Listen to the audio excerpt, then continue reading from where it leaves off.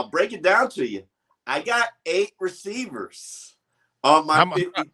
How much did it paying you to put in Jakeem Grant that made the team, huh? How much did it paying you? We'll see. I still believe that some team is going to offer up a nice little 5th-round pick, and Jakeem will be shoppity-shopped. You are delusional. There's no shot they get rid of him. There is no shot they get. There is no shot that they release. Did you watch somebody take a shot to the knee on Saturday night? Listen. Huh? That was a reminder. Keep Jakeem around. Yeah, okay. All right. That's fair. That's a good point. I've been telling you that from day one. You're not going to put Jalen back. Here's my point. Just hear me out. Tua got nobody but Jalen Waddle. And yet Jakeem hasn't stepped up, right?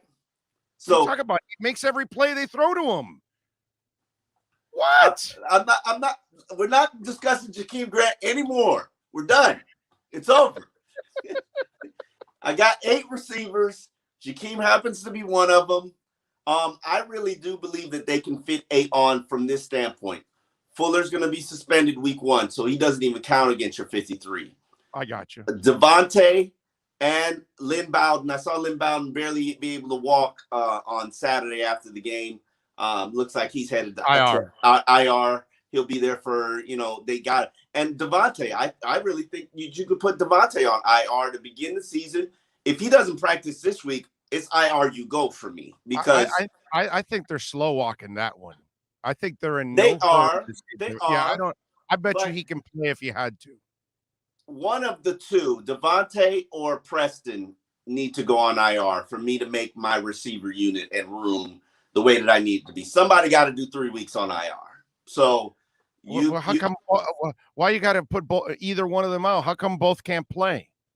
Because I want to make sure that I keep everybody that I want to keep, and that means somebody has to go on IR for 3 weeks. So let's put somebody that's actually injured. I don't think Devontae's injured.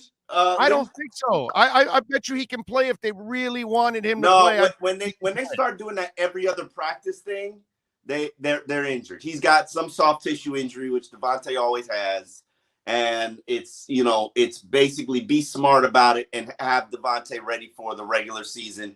If he doesn't practice this week, I think that this is way more serious than they've let on. Because remember, he practiced every other week, like 2 weeks ago, every other day, 2 weeks ago. Then they shut him down completely. Right, so that's true. They shut him down completely. It wasn't like, oh, let's do rehab assignment. No, it was you're shut down. So this is something a little bit more serious than what they're letting on. And thank God they got to tell you what the injuries are when the regular season arrives. Jesus Christ. Yeah, I disagree with you. I don't think they keep 8. There's no shot in hell. I think it's 6 with a possible 7. And I'm hold on. Understand, my 8 is with Fuller going on. Fuller being suspended, so that gives me an extra spot. So really, I'm at 7. And right now, Lynn Bowden Jr. is going to be initially on the IR, initially on the 53, but then go on IR. Hopefully, they'll claim some players and then use him as a roster spot till he gets healthy. So that's really 6. So I'm at 6. I'm realistically at 6. And Devontae gives me a little bit of flexibility right here. Yeah, for week 2, let's just put it this way. I got Parker, Preston, Waddle, Fuller, Hollins, and Grant. That's your 6. And if they keep 7, obviously it's between Bowden, Foster, Merritt, and Perry. Battling. It's not even a debate. It's Bowden. And I would agree with that. Yeah, I would agree. With that. And I think it's easy you do that. You put him on IR. You keep him first day on 53, and then IR the next day. He could barely walk when I saw him with that. He's got a hamstring strain. They may try to sneak, and you can sneak Merritt onto the practice squad. He's looked good. Merritt, I like him. But even if somebody claims him, I'll get another go round with him. So, it's not, and understand Merritt is a guy who's got some significant baggage to him. So it's not like every team's just going to be like, yeah, come on down. Let me add you to I know, but I got to give the kid credit. He has played well. He's not only, and the funny thing is the guys that I could always tell with like Sam Eglavon. He had been practicing well before he went out with COVID, and the guys who practice well, like Isaiah Ford, and see, you forgot about Isaiah Ford, even though he's not going to make. He's done. And notice what I told you from day one. Albert Wilson ain't making this team. Well, Albert Wilson is absolutely making this team. No question. No, he's not. He's not even on my. He's not even in my. Bro, he's not even my. The 10 I talked to you about. Major oversight on your part, by the way. He's done. He's done. He's a limited player. He's hurt and limited. He can only help your receiver. If he's not a starter, Omar, he cannot make this team. Albert Wilson was your top playmaker I've seen in a Dolphins uniform in a practice for 14 years. And broke down again. Nah, he's being rested. Trust me. He's done more than enough. So Parker's not healthy. No. Parker's definitely not healthy, because he went from every other day practicing to completely shut down for 2 weeks. Trust me, Parker's not healthy. I don't know how you see Wilson making it. Wilson was the most dynamic player that I've seen in a Dolphins uniform since Brandon Marshall in 2009, the first week that he practiced. And then he shut it down. And it's a groin or a calf, or I don't know what it is. But the Dolphins were like, yeah, you good, shut it down. Wilson is without a doubt not just on this roster. You're creating plays for him. I think he's the guy they try to trade. No. He's the guy they try to trade. Nah, not even happening. Not even. Wilson, the way he was balling, oh man.